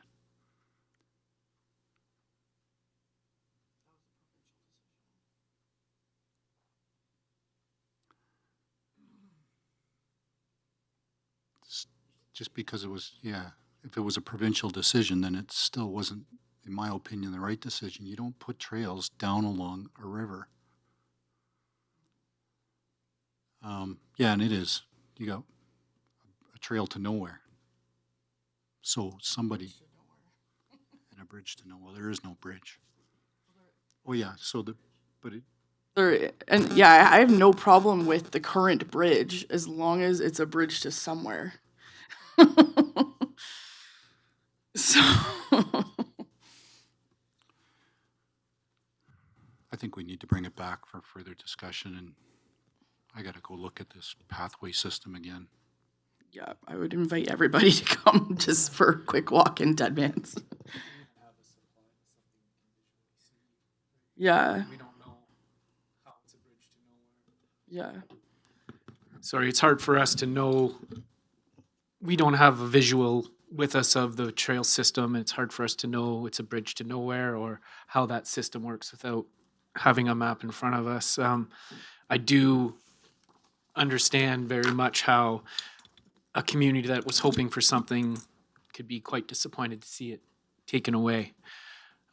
As well, to the other side of that, we decided to pay money for an opinion, which we now have the opinion of, and unfortunately just doesn't go the way that everybody wants to. So we have to also have a bit of consideration for that as well.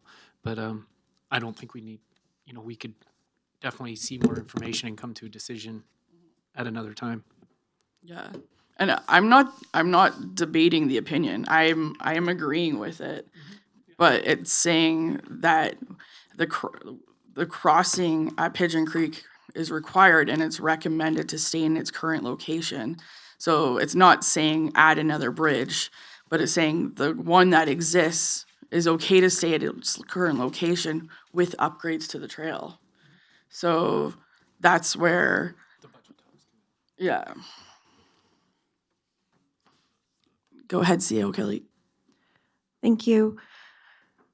With respect to this, administration is still in the process of reviewing the outflow that is going to come out of that Trails Master Plan, as well as the outflow that's coming out of the Recreation Master Plan.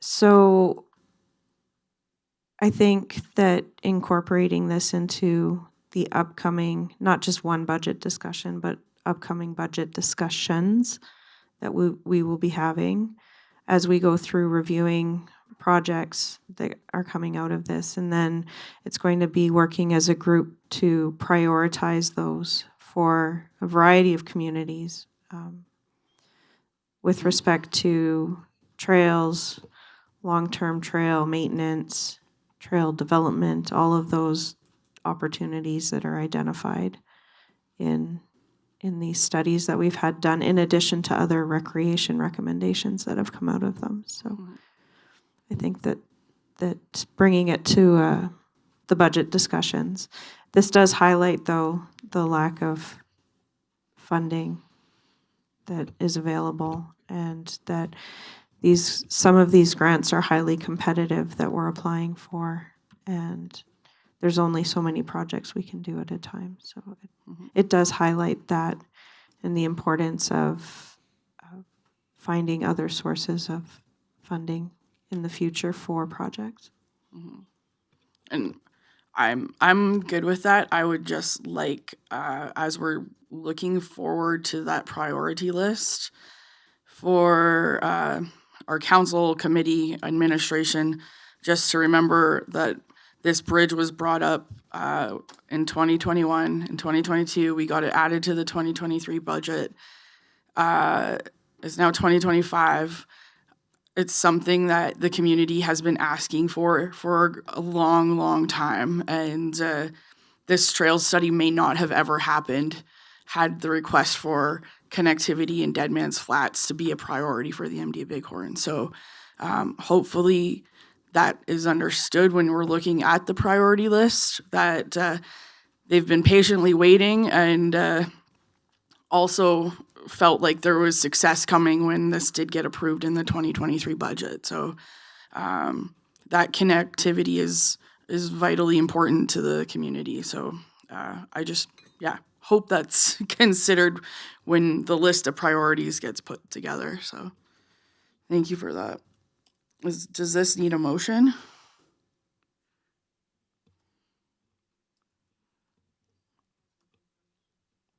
Okay.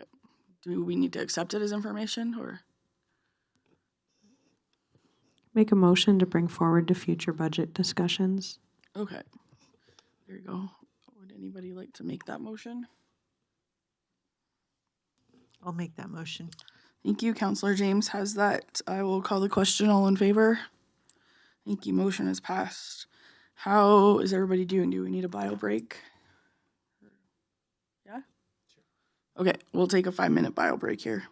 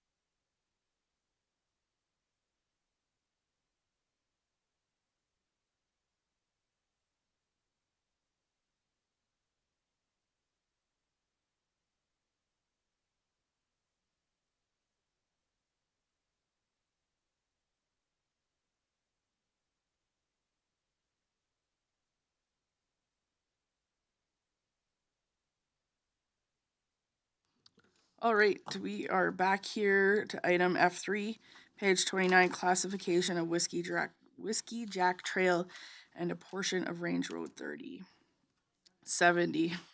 CO Kelly, please go ahead. Thank you very much for this presentation. I would like to reintroduce Vicky. Thank you.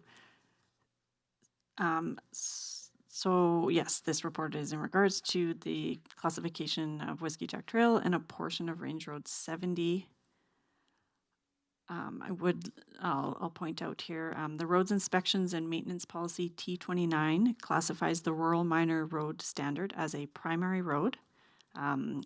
Primary roads are inspected and maintained by the MD. The roads inspections and maintenance policy requires that council, in consideration of a recommendation from the Streets and Roads Committee, which is now the Transportation Committee, determines the classification of municipal roadways. So as part of the subdivision of Northeast 25-26-7 west of the 5th into 4 small holdings parcels, the developer was required to, number 1, construct Whiskey Jack Trail as a new public roadway to a municipal standard, and upgrade the portion of Range Road 70 from Jamieson Road to Whiskey Jack Trail to a rural minor road standard. So more details on Whiskey Jack Trail. As of April 2025, the developer was eligible to apply for a final acceptance certificate for Whiskey Jack Trail. The final acceptance certificate has now been issued by the MD, and so the developer's obligations for the road have ended. As Whiskey Jack Trail was designed and constructed to meet the MD's rural minor road standard, it should be classified by the MD as a primary road now that the final acceptance certificate has been issued as per policy T29. As a primary road, the road will be maintained by the MD. And then the portion of Range Road 70. As of August 2025, the developer is eligible to apply for a final acceptance certificate for the portion of Range Road 70 that was upgraded as part of the development. This is the portion of Range Road 70 that runs from Jamieson Road to Whiskey Jack Trail. Once the final acceptance certificate is issued, the developer's obligations for the road end.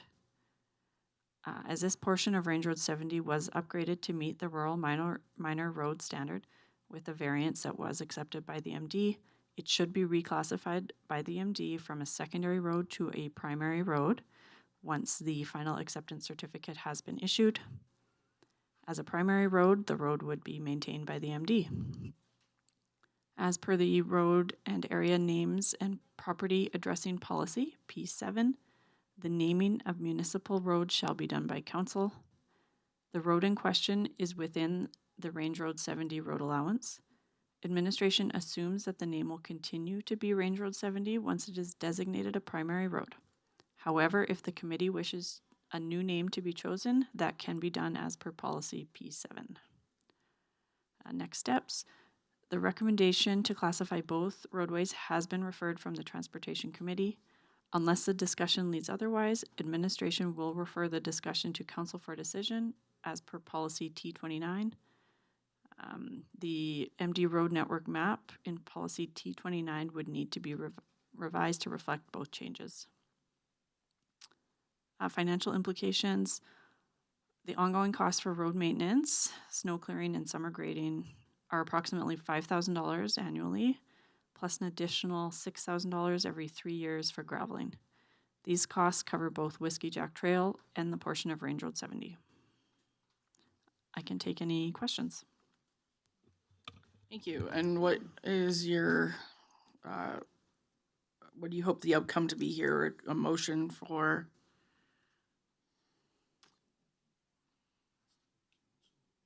Yeah, I think we need to go to referred to council for decision. Okay, thank you. All right, any questions or comments?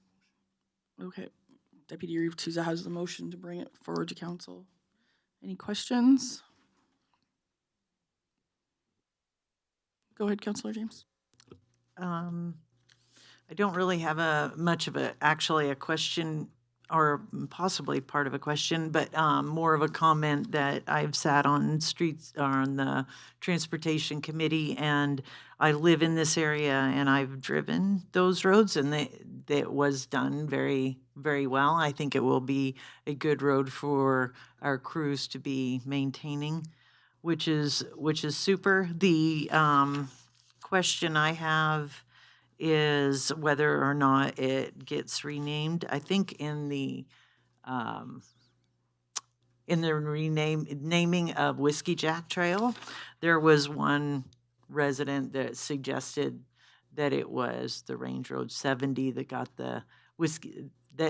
the designation of the trail name, not why were we. So I think that it might be something just to keep open on whether or not the road gets a naming designation as it sits parallel to Great Gray Owl Trail. Well, in kind of going from east to west from Corville Road to Whiskey Jack Trail, then it's Range Road 70, and then it turns back to Jameson Road. I believe Range Road 71 only bears to the south at that T intersection. But maybe it goes up. On this map, it's Jameson Road. So it's just a consideration that maybe a name designation might be appropriate there. Thank you. Just so I understand, it's really hard to see the names on these roads, but yeah, I don't. You would probably know them because you drive them every day. So this Range Road 70 comes off of Jameson Road, and then off of Jameson Road, you would turn left into Whiskey Jack Trail. Am I understanding that? Right, correct. But- Whiskey Jack Trail is just that cul-de-sac Okay, for those servicing 4. that subdivision. Okay. And then, so from the east, which would be your west side of your map, that first primary road, which is marked in red, is Corville Road. And then the blue one, which is would be a secondary road, I think, I'm pretty sure. That is Great Gray Owl Trail. So it's not marked on the map, but that's how it is marked at the signage. And then we have the Range Road 70. And that's what they thought was going to be called Whiskey Jack Trail. Well, that was one of the suggestions in the renaming of Whiskey Jack, in naming Whiskey Jack Trail when we adopted that road when it was completed and the MD took accepted its designation and it was approved as a municipally standard road. Okay. It was then named Whiskey Jack. And then the most furthest west road, which is a primary road in red, is where Jameson Road turns and goes north there. So that's remains Jameson Road. So Jameson Road actually kind of does a 90. It does a 90 there. Okay. Okay, so just in terms of where the arrow is pointing to Whiskey Jack Trail, that is actually not called Whiskey Jack Trail yet? Or It is, yes. Okay. We did do that naming. When we adopted that road, we did do a naming of that road. Okay, but the area highlighted as upgrade portion of Range Road 70, that's just currently called Range Road 70. Correct, yeah. And that may be fine. Okay. It's just, I just recall one resident writing in on the naming contributions was that, well, it seems like the Whiskey Jack should be starting from Jameson, but at that point, that was not a primary or a secondary road. The upgrades hadn't happened yet, and it was not something to be considered at that time. At that time, we were only considering the road that was within the subdivision. So, and then I guess for administration, does Range Road 70, does it only go to Whiskey Jack Trail, or does it continue on beyond that? There is a road beyond Whiskey Jack Trail, but that portion would not be classified as a primary road. That portion north of Whiskey Jack was not upgraded, and so it would remain as secondary road. And is there other residences or private or municipal infrastructure on Range Road 70? Yes, I believe there is a Okay. resident to the north there. Okay, so, okay, it's just, yeah, really hard to put yourself into this small map, but, okay, if this can come when Deputy Reeve has the motion on the floor, but I would just ask that we maybe have an additional map, showing the whole area just to, help us place ourselves on it. That would be great. All right, Deputy Reeve has the motion to bring this forward to council. Is there any further discussion? Seeing none, I will call the question. All in favor? Thank you. All right, the next item is item F4, bylaw 12-25 fee schedule, page 33. CAO Kelly, please go ahead.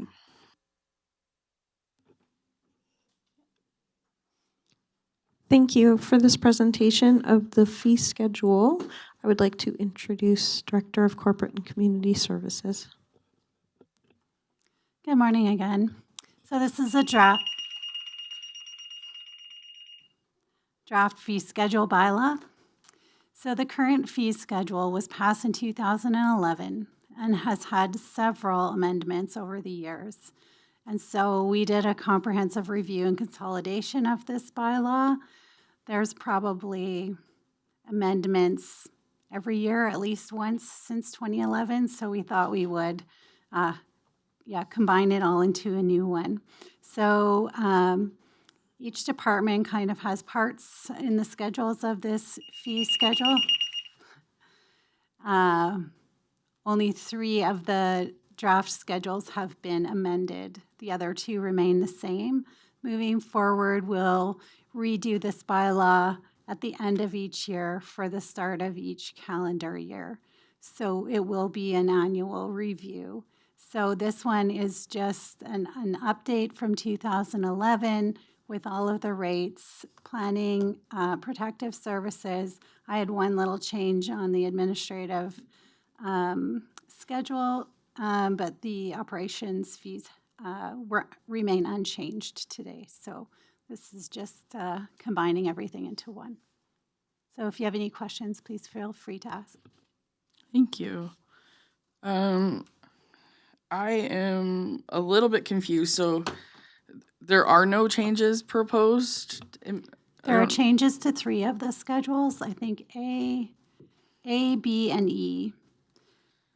Schedule C and D did not have any changes. Okay. So A, I think, is the administrative.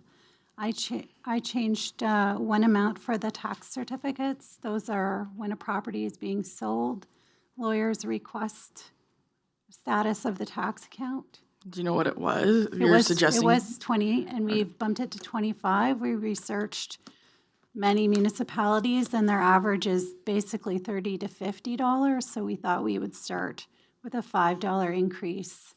And we issue about 200 tax certificates a year. So, yeah. What were the other changes? Nothing else to Schedule A. And then as far as Schedule B, I can let the Director of Protective Services speak to that, and the planning, I can, Ms. Gavin can speak to those changes. Okay. Thank you. Sorry, we've got a quick question from Councillor Fitzmaurice here. I just have a question regarding some of the fee differences between Schedule A and Schedule C. Under agricultural services, item C, it says truck usage, not including an operator, $40 per hour. I was curious if it needed to have a type of truck listed. And I say that because when I look at Schedule C for transportation fees, under 11, I've got a van, a half-ton, or a three-quarter-ton truck. Well, that includes the operator. That might be my difference. Yeah. Yeah. Well, as I read it, right, we would all ask ourselves these questions. I can rent a truck with an operator for $76.50 from transportation, or I can get a truck and an operator. Okay, so that's way, well, that's per hour, so that also depends on how long he's there for. Right? Mm-hmm. I can also speak to those in that I don't think we've ever had a request for any of these, which is why they haven't been updated and will be looked at further for the end of the year. They just have never, ever been used. I understand your questions. But the Operational Services Department just felt it would be better to leave it for a thorough review closer to the end of the year. So that was the reason for that. It will come forward with more changes for next year. Okay. Awesome. And could we go over what changes? I don't know if this comes to council, if there could be a red line just highlighting the difference, Sure. but that would be great. I'll let the Acting Director of Protective Services speak to the changes on his Schedule B.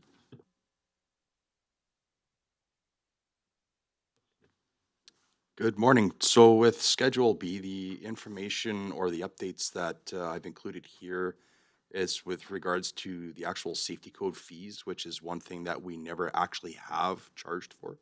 And it is something that we should be compensated for. The other one that I added into this was the unwanted alarms. So typically when we get false alarms, and this is across the province, a lot of fire departments do this.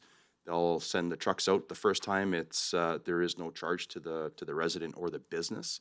They're given notification on what they need to do to follow with the alarm companies. But if it does happen again, then they do start billing for that because they are unwanted alarms. And typically what happens is the residents or businesses don't think they need to do anything. And we continue to get those call outs for places where we shouldn't be. So the dollar amounts that are in there is what I was able to pull from Calgary Fire Department. This is information that's on their website, which is what they use. So just trying to remain consistent. So I did look at Calgary, I looked at Edmonton, and we're kind of in that ballpark of what other departments do for unwanted alarm calls. And the rest of the information that is on there was what was there previously. So the only information that I did add to it was the safety codes and then just the unwanted alarms. Thank you. That makes sense. And what's the safety codes are just like those investigations or, and are they usually at the request of a business owner or at the request of, say, planning or, I don't know, an inspection that's required because somebody's filed a complaint or something? And that's exactly it. It can be at the request of planning development, can be a request of the homeowner or the business, and also as a complaint, which is part of our quality management plan that we have.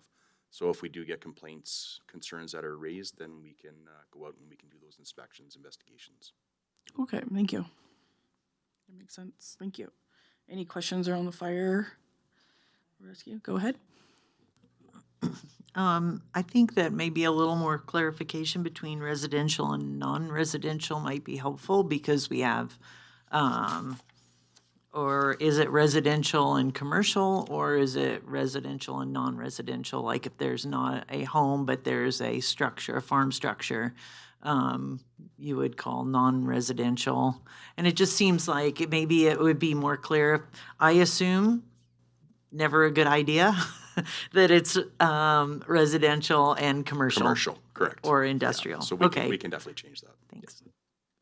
I think the non-residential matches our assessments. Because, but like, I don't know if it makes sense to have residential, non-residential, and then farming or another column, but.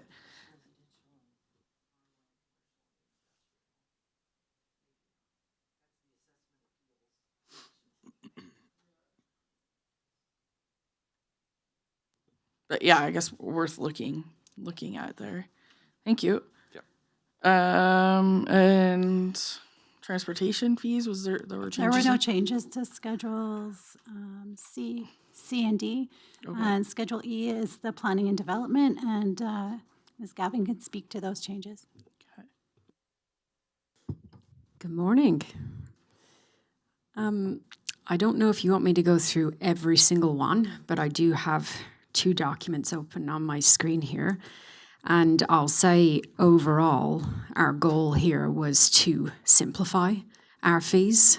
So I can tell you about what's currently occurring is when we receive a development permit application or ASP, MDP amendment, anything like that, our administrative assistant is not typically able to invoice these applications straight away because it usually involves a planning and development officer to do a thorough review and calculate based on how many hectares are above and beyond a certain amount or the base amount or if there's any variances and that type of thing.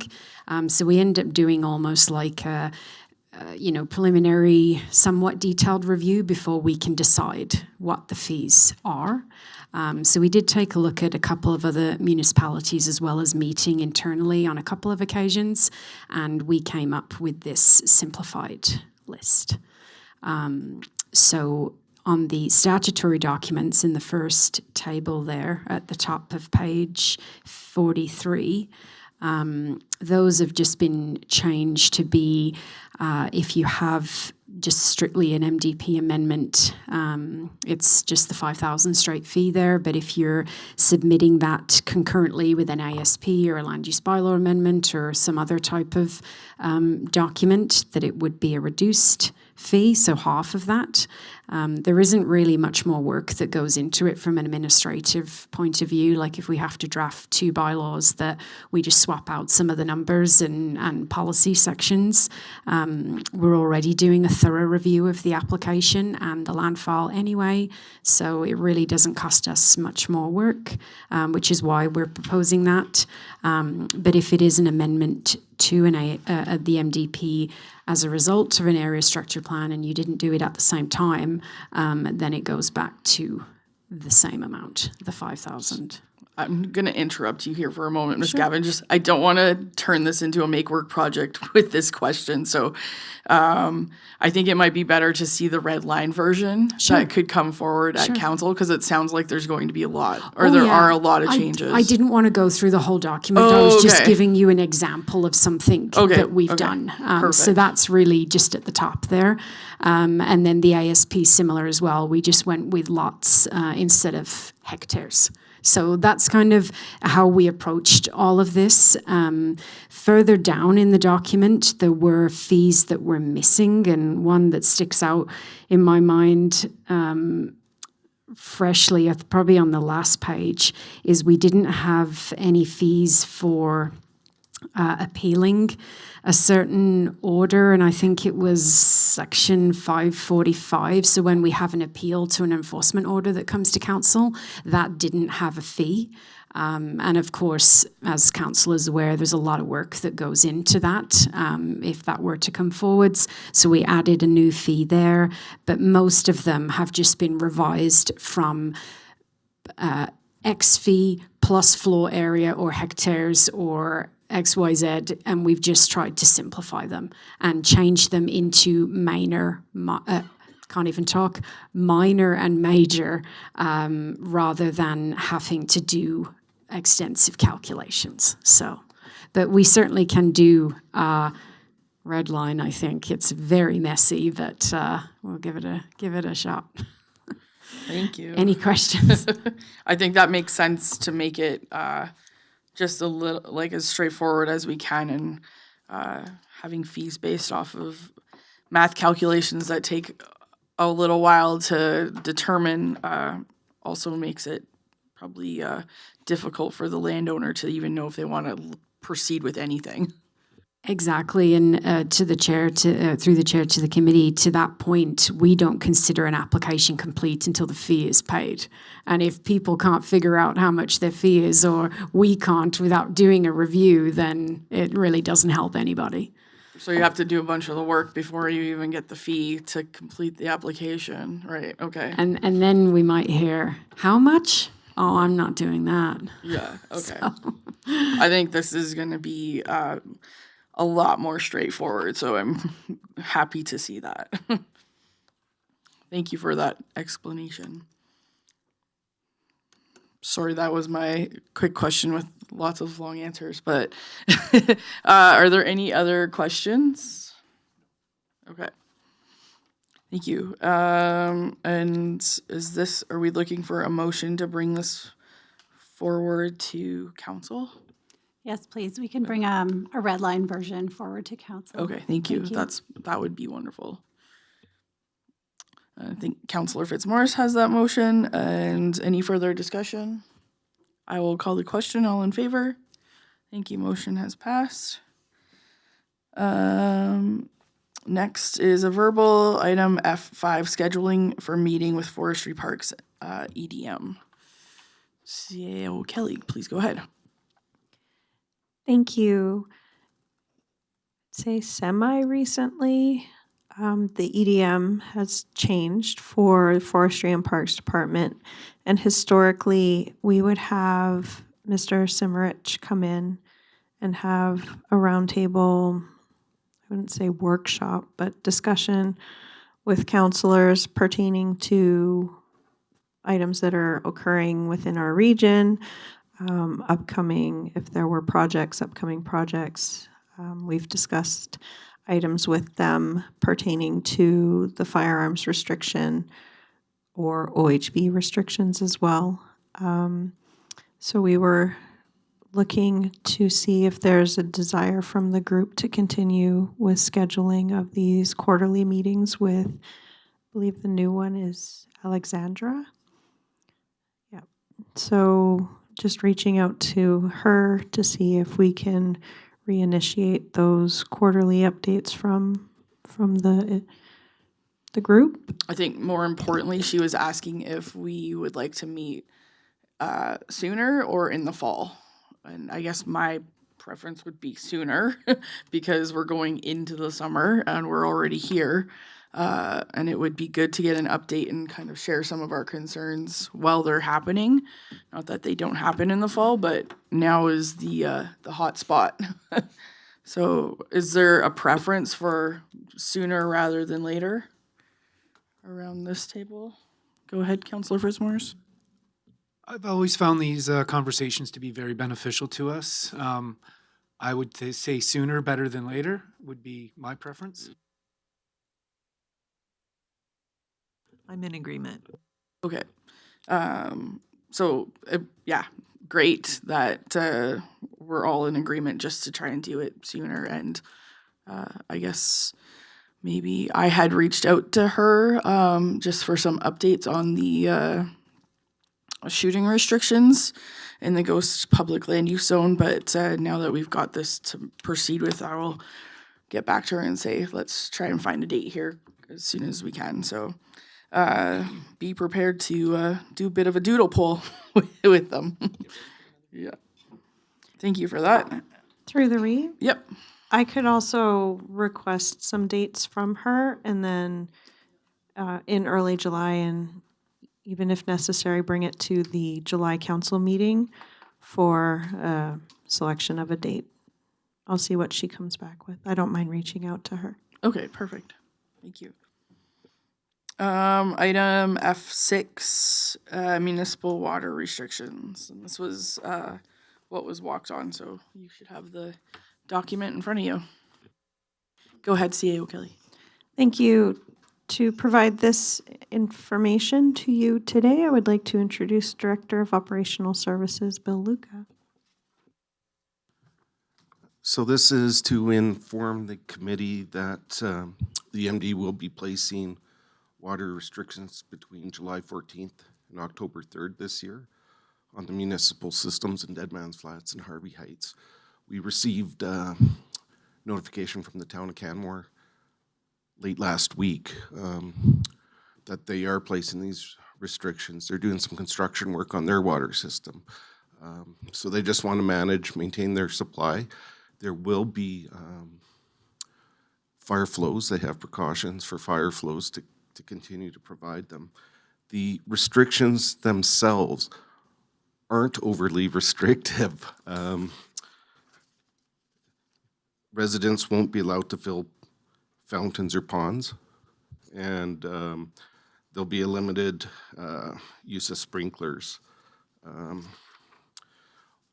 Administration, lawn sprinkling. Administration won't place advertisements in the newspaper, website, social media updates, and we plan to return to council next month just to authorize an order so we can follow the town of Canmore's restrictions, which are in place with our servicing agreements for both communities.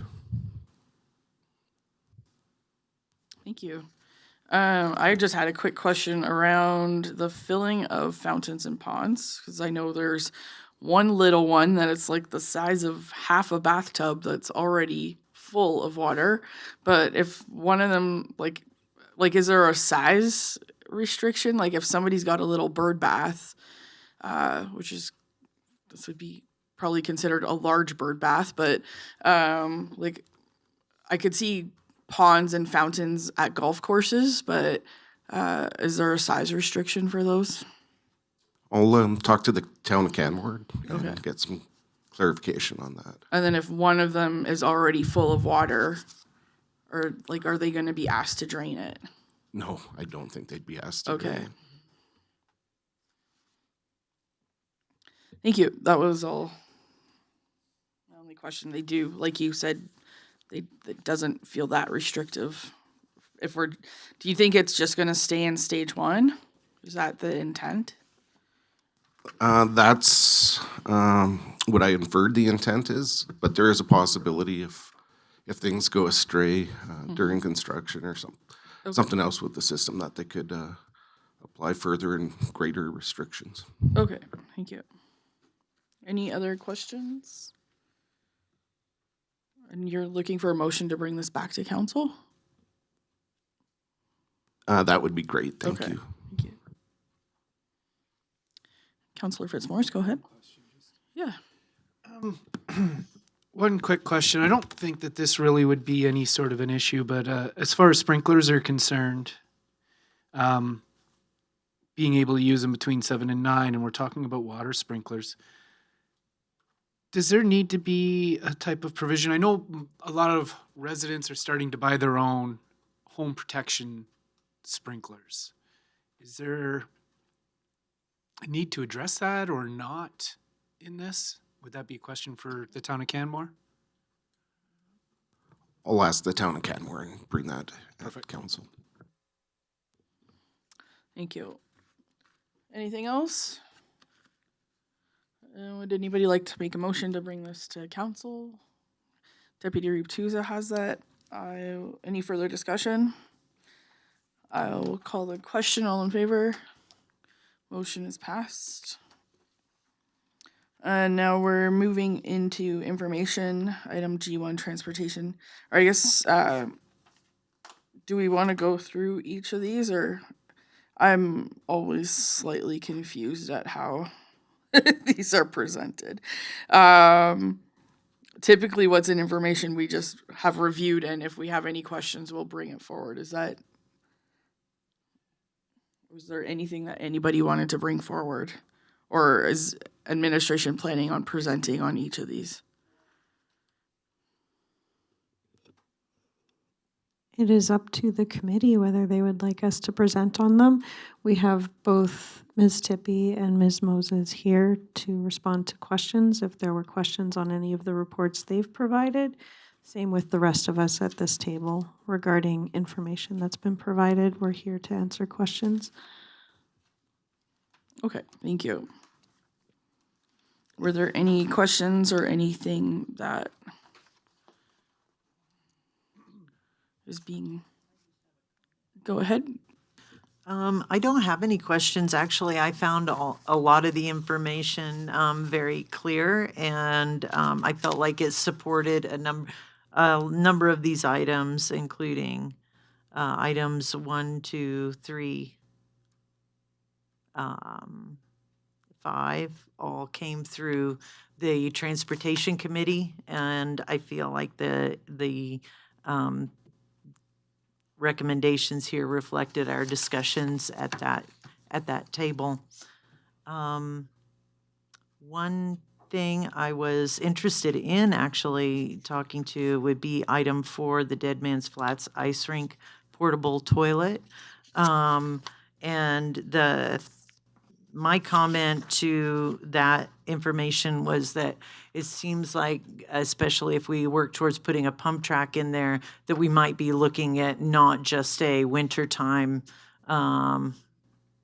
restroom, but one that is all season. If we're looking for developing that land into a recreational land, there's just nothing like being able to run to the loo while your kids on the swing or, doing their thing, but not leaving young ones unattended or not having to leave the game very long. So that's my only comment on that one. That was the one that I only felt like I had a little bit of feedback to give to. Thank you. I would agree. I think it'll be a good conversation when it comes to the budget, but I do see a need, as that area is just as used at this time of year as it is in the winter, with kids playing basketball and pickleball and all that stuff. I think they're doing yoga in the rink in a couple weeks. So yeah, it's a very well used facility. I guess I had some questions or comments around G5, the driver speed feedback signs. Just knowing the conversations I've had with people in Lac des Arcs and Deadman's and Harvey Heights, I'm not sure if the location that is being suggested for these, what are they called? The rapid or feedback signs, DFS. Yeah, I don't know if the location of these is hitting the mark from my perspective, but and it's hard to kind of show it because the map is so zoomed in for Lac des Arcs, but I think it would be important to put these signs closer in Lac des Arcs to where the residential community is walking and kids are going to the park and such. So I think it would actually be better to put this. I really don't think speed bumps, as much as we want them to slow down, people that want to speed are just going to speed over the speed bump. So I don't know if we really need to consider where the current speed bumps are with respect to where these signs will go. But I do think that in Lac des Arcs, the sign should be closer to the playground or in that more residential area, not by the highway. 'Cause, like, it'd be great if people slow down by the highway, but that's not where people are feeling necessarily as unsafe as when they're walking in their community. So, and then my comment would be similar for Dead Man's Flats, that although it would be great for people to slow down coming off the highway, I think it would be prudent to have these signs available for people that are leaving Rivers Bend and Limestone Valley. And as the East Industrial Triangle continues to be developed in Dead Man's Flats, there are a lot of people that leave Rivers Bend and Limestone that are speeding down 2nd Ave. So for a sign to be able to capture those drivers too, I think it should go sort of in between Copperstone and Pigeon Creek condos in the direction. So that would be the westbound traffic, and then the eastbound traffic on 2nd Ave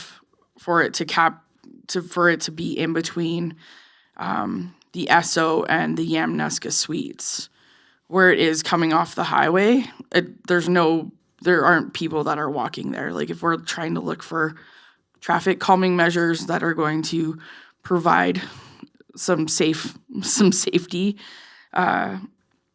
it's on the 2nd Ave, and I know there's a bunch of work that's going to be happening on 2nd Ave, but that is where that is where people are flying through the community, and that's where community members are walking. So in Harvey Heights, I think the locations, one of them is in a good spot. It looks like it might be right next to where base camp has now been developed. And the other one that would be for eastbound traffic, I do think it needs to move further west down Harvey Heights Road just to capture it. But like, I think this one makes the most sense of the three of them if we didn't make any changes, but a little bit west would make a bit more sense. But yeah, and I'm not sure if you're looking for feedback on the feedback signs, but I think the mark is missed in Lacta's Arcs and Dead Man's Flats with where they're being proposed.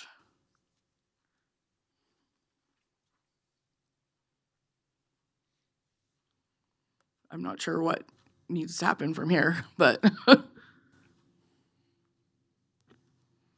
we're always looking for feedback. Mostly it was to inform the committee that there have been significant delays with getting approvals from the province on the provincial locations. So we would like to proceed with the municipal ones, and these were just proposed locations based on best practices of installing driver feedback signs, changes where speed limits happen. So we're happy to take the recommendations from the committee today. Thank you. Go ahead, Councillor Fitzmaurice. Sorry, just one thought there just kind of popped into my head about recommendations and whatnot. I get where you're saying to move Dead Man's closer in towards Copperstone and Sparrowhawk there. There's also a crosswalk there and a traffic calming measure that I think is being removed with the speed hump. Is there going to be sign congestion then in that area? Is what just kind of worried about that. I know that there's a whole lot going on there right now, so would putting our speed sign there add too much to the problem? And I was thinking more in between Pigeon Creek condos and Copperstone. So Okay. kind of, yeah, before- just so Okay. if we're looking for where specific signs are, those. Yep. And I felt like if it was in that location, people leaving Rivers Bend and Limestone would still have an opportunity, or maybe not, to accelerate and then be told Slow down. slow down. But then people coming off the highway would also still see that sign coming up. But Yep. Yeah, sorry, I just thought you were meaning further down. I was just worried about that congestion there, but yeah, no, I get meant where you're coming. further down on the other side of the street for the one here for traffic going that way, and then one here for traffic coming this way.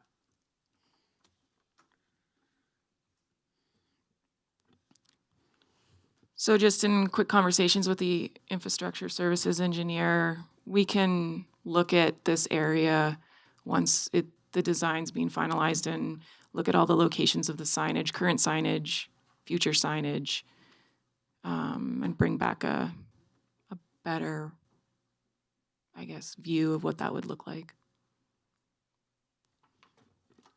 Thank you. Any other questions coming from information? I just had one more comment from the Police Review Commission status update. Do we need to do anything for this? Is this is this an invitation for us, or is this just are we just being told that this is done and within the province, or is this an invitation?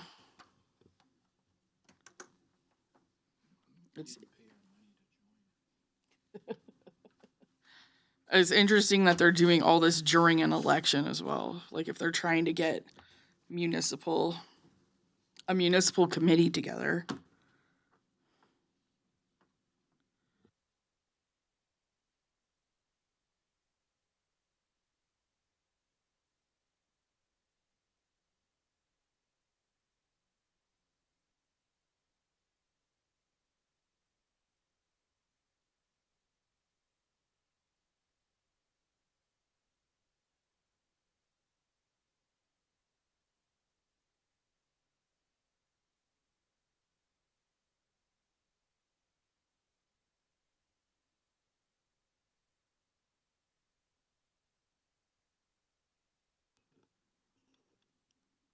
This is just an update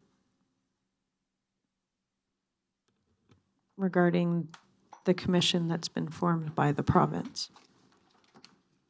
So I guess when I did the police funding model review, it was brought to my attention that we haven't been at any type of committee or have any representation on any. Is this connected to that, or is this something totally different? It's my understanding this is separate. This is separate, and municipalities had to identify whether they were going to be involved or not. They had to pay a fee to be involved, depending on the size of your community. Was a criteria.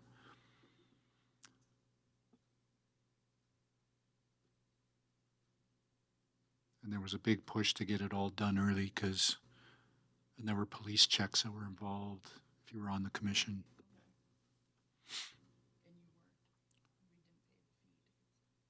No, we're too small of a community to. Okay. Well,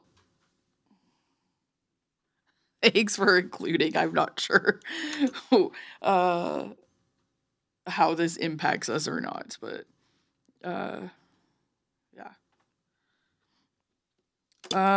Okay. Would anybody like to make a motion for G1 to 5, except as information? Counselor James has that. Any further discussion? Seeing none, I will call the question. All in favor? Thank you. That motion is passed.